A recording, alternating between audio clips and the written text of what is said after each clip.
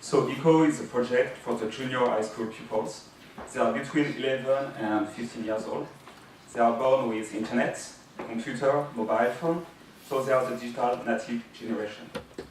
So our project is based on this simple question: how to accompany the pupils during the time of working. ECO is a daily revolution incorporated into the habits of pupils. It's an application incorporated to the pupil life, associated with the tools of everyday life, a pen, but not any, a digital pen.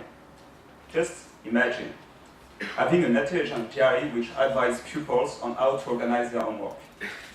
Finding all your notes taken during class on your computer in just a few seconds.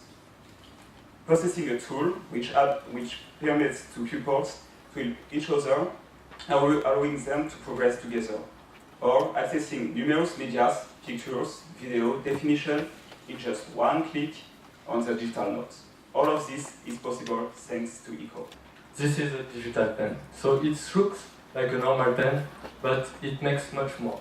What we are really trying to do with ECO is to build a community of pupils who help each other and progress together.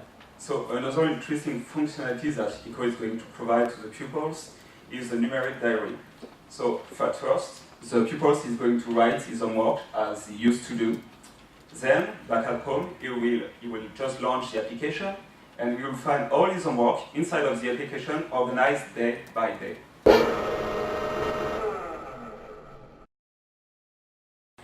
Education Generation is a global community of members of over 30 countries that started in Vancouver, Canada. And what we do is that we play the role of a connector. We connect students that are seeking scholarship funding for secondary and post-secondary education to donors in different parts of the world. Ultimately, what brings us all together is not only the idea of access to education, but most importantly is quality. So although on the surface we are focusing on access, in the back of our minds what we're always thinking is how can we prepare our current generation to tackle some of the world's biggest problems. Well, the very first step that we do is we search the world for the most innovative educational programs. So those are the partners and the organizations and institutions that we work with in order to be able to have them help us select the students who are really these really powerful, high potential students who we then feature so that we connect them with the donors from all around the world. So it's extremely important for us, for the students not to be recognized as needy students who really need our help and our handouts. We want to make sure that our community of donors understands that these are the high potential youth who can really make the difference. And those are the stories that we want to tell through the picture, through their dreams and goals, and through all of the details that we want to share about about their potential and about their power that they have within the community that they're working with and within the school that they're working. And we are using our platform to connect these partners. We are looking for organizations that are thinking creatively about education and that have created models that can be replicated in different parts of the world. So to date, we've managed to fundraise about $100,000. 70,000 of those have come $20 at a time because our platform is based on micro donations. Did you know 10 to 20%, that's the amount that a teacher can influence the outcome of a student. 10 to 20%. No matter how good the teacher is, that's the best you can do. At the same time, 60% is the amount that student outcome is influenced by non-school factors such as poverty, education, social background, etc. Now in India we have if you look at sheer numbers, we have a huge school system. We have of all the schools in India, 80% are government schools. And when I mean government schools, I mean schools without benches and desks, schools without books, and schools without teachers.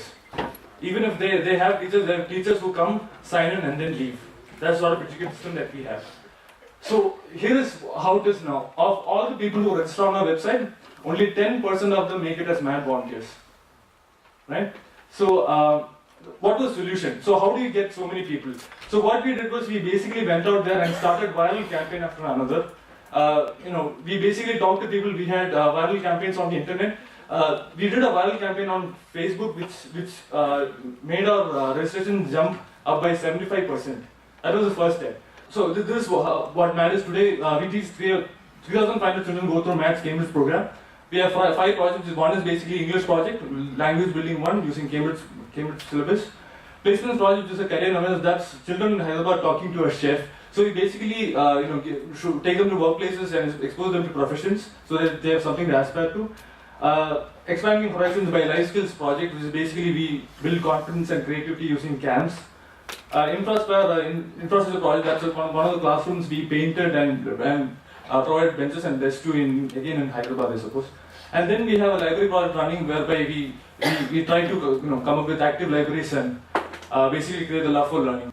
By the year 2015, MAN will be in 60 cities, have 4,000 volunteers, and will impact close to 14,000 children. Future projects that we want to take up are subject support, other subjects basically other than English, after school placements for children, and one-on-one mentorship for children who need it the most.